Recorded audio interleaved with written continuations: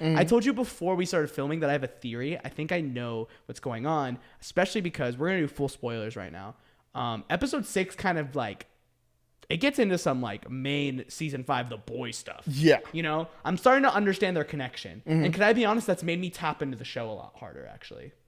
Where it was taking place during a weird time where like I know the boys is ending, so I'm like, why does this show exist? But now I'm like, oh, I get it. It's Marie, you know? And I think it's awesome.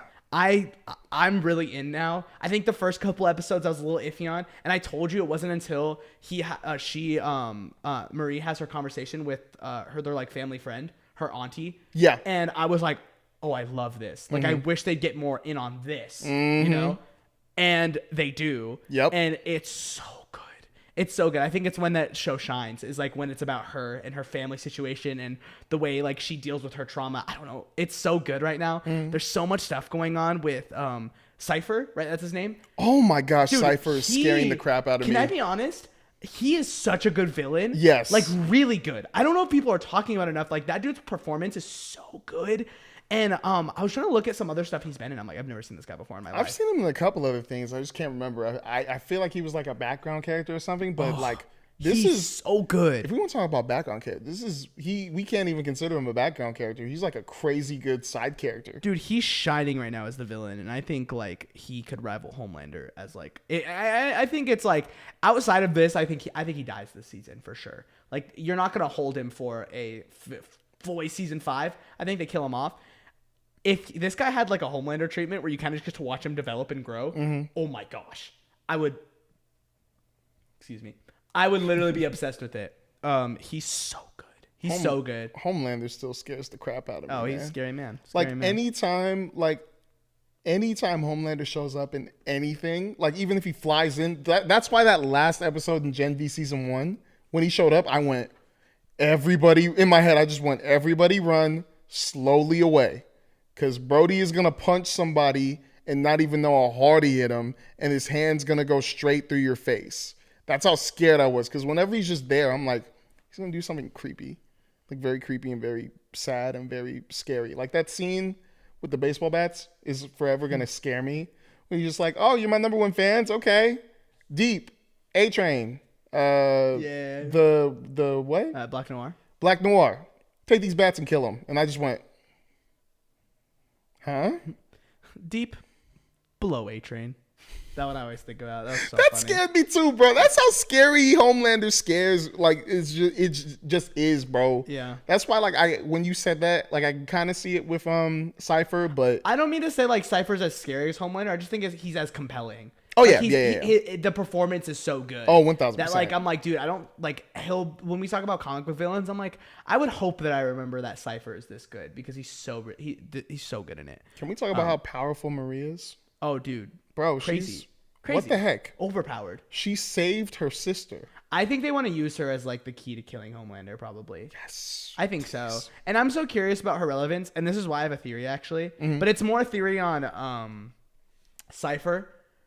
You remember when Marie like checked to see if he was a soup? Yeah. He didn't have V in him at all, but he still had a power. Yeah. Here's my theory. Okay. You know the old guy? Thomas Godolkin, I'm pretty sure is his name. Mm-hmm. I'm pretty sure he's controlling Cypher. I'm fairly certain he's the puppet. Oh. Think about it, right? There's a scene when he's taking care of him, and he's like mindless, and he's just kind of doing it, you know? Whatever, and it's like, okay, you assume, it's because he does it so much, you know, like it's pretty, like it's a very thing, and he slaps him in the face, like he does it, like he slaps him in the face. Okay. But then did you notice with freaking like Polarity, he like made Polarity slap himself in the face? Like, look, I understand Thomas Godolkin's probably super old, but like if like I just don't understand what his reason would be for keeping him alive right now. And my only reason would be, oh no, Thomas Godolkin's controlling him. He's that vessel for which he can use his powers through. You know? I was thinking maybe that's just his dad or something. But like, yeah, but it's not. Like, I think there's something else, because even Giancarlo Esposito's character talks about it, how like Thomas Godolkin whole thing is he thought he could control soups. Oh boy. Like, okay, don't you think his whole controlling thing would be that, oh yeah, let's make the most powerful soups so that I can mind control them and use them however I want as like my puppets? Wow. right? Doesn't that just make sense? That is interesting. Look, there's no V in his blood. So it's two things. One, either Cypher is the first ever the boys universe purebred superhero, yep. or he's being controlled, and that it's not actually his power. I think that's valid. Yeah. I think that's valid, and actually, that's a good theory. Yeah. That's really good. Yeah, I don't know. There's just something about it, and I realized it while watching episode 6, and I sat up. I was like, oh, I hope they don't say it. I hope they don't say it yet, so I can say it on the podcast, and then we'll blow up, guys. We're gonna get so many views for that. But I actually don't know what people are talking about Gen V. I feel like I don't see it on my timeline at all. Well, let's make them start talking about Gen V. Start talking about Gen V, guys, because it's actually very good, and I'm really impressed by it. Actually, I love it's Gen made V, me man. really happy. I think what's hard for me about it is like, I really thought I was out of the boys universe, and I'm like, yeah, I'm kind of getting done with this. Like, I'm ready for it to end. And Yeah. I'm upset by all these spin-offs and whatever. And I think that point still stands. But I think I'm less done with it. Where I'm like, oh wait, okay, they're capable here. Like, there's still good writers attached to this. This isn't oversaturation and like purely quantity to get some content out there. This is like, oh wait, no, they had a vision for this. It feels very connected to the boys in the same way that I think the new season of Peacemaker feels very connected to like just DC as a whole. Where like they're doing something here. And it's been really nice to like actually be like, okay, I understand why Gen V season 2 is coming out. Yeah. You know, because it's good, dude. It's good. I just can't wait for this next episode, bro. I'm can't excited wait. too. I'm curious. We have 2 more, right? Yeah, because Yeah. we're going to episode 7. 8, right? There's 8 episodes Yes, total. there's 8 episodes total, yeah. Bro, I'm just curious on what's going to happen with Marie and, forgot her name. Who? Blonde hair girl. Oh, Controls people by touch. Kate? Yeah. What Marie and Kate are going to get into, Yeah. bro. Because I know it's going to be dude, bad. that's how the episode ended. I know. I'm so curious. It's going to get so Kate bad, is bro. becoming a really interesting character for me. Can I be honest? When the show started, when the show first started, I really liked her, and I liked the conversation on Twitter where it's like, "Hey guys, we have our first like super nice like a good empath or whatever the word is. Someone in control. Like, wow, she's so great." And then it's like, "Oh, there's the twist. She's evil." And then to come into season 2, and they're doing a really good job of like me like feeling really bad for her almost, where like a lot of the things she did was purely on her. Yeah. She did it. Like, it wasn't like she was like held by someone. No, she made all those decisions. She did everything she did.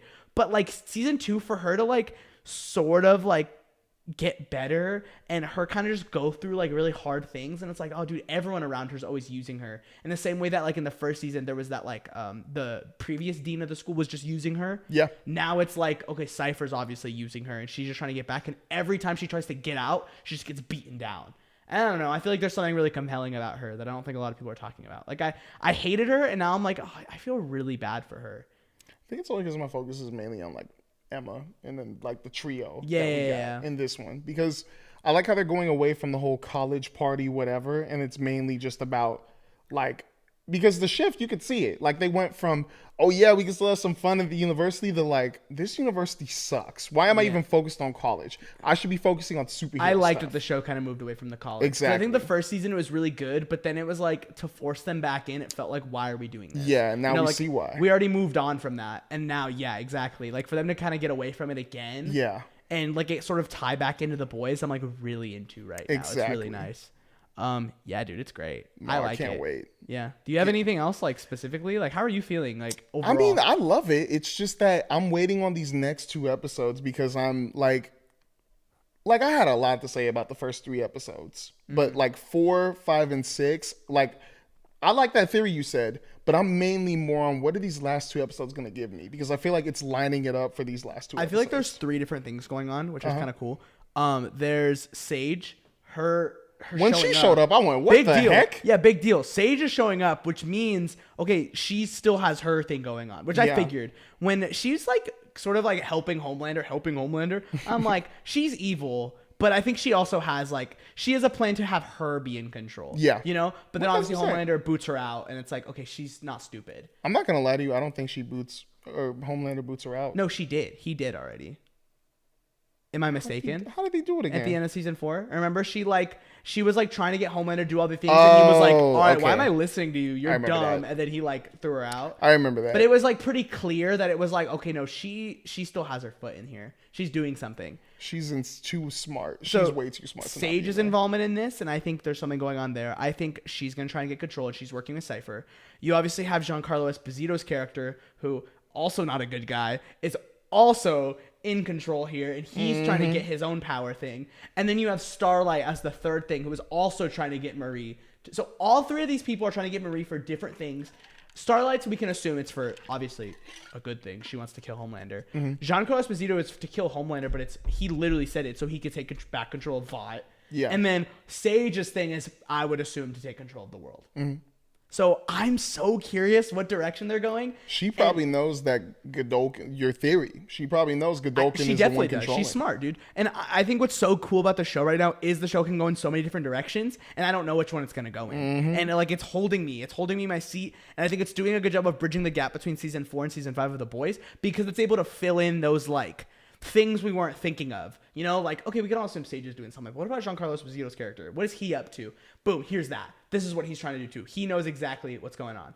And then it's like, okay, how's Starlight gonna get the team back? What's like her plan? Here's a little tease of it with her trying to get Marie. There's just so much going on, and I like it a lot. I'm like, oh, like this is worth watching. I have a cousin that I watch some of the Boys stuff with. Usually after it's done, me and him will sit together and we'll watch all of it. And when it was starting, I was like, dude, I think I might tell him like we don't really need to watch it. Now I'm like, I called him the other day, and I was like, dude, we gotta watch it. It's so good. It's so gas. Trust me. Peacemaker, and then we'll do this. Trust me. But yeah, I'm loving it, and I'm glad you're liking it too, because I think it's nice when we get superhero content that 1 feels different and 2 is like genuinely good. Yeah, I just think 7 and 8, something's coming. Yeah, something crazy is about to come. Yeah. I think it sucks that the conversation isn't on it as much. Oh, it's gonna come soon. I don't know, dude. It's gonna come soon. I think people are turning on The Boys. I actually think maybe. So. I think so. I think it's like getting kind of rough out there. I think there's just a lot of stuff going on. Again, hard to talk about Gen V, The Boys, without getting political. But like, I think there's just a lot of stuff going on politically. Yeah. Where so many people that would watch The Boys never realized, hey, like, you know, it's a commentary on this, and like now they're kind of turning against it. And then I also just think there's like lack of interest there because it's Gen V and it's a spinoff, and it's like, who would want to watch a spinoff that doesn't have our characters that we like, you know? I just think something's coming. I hope so. I hope think so. It is.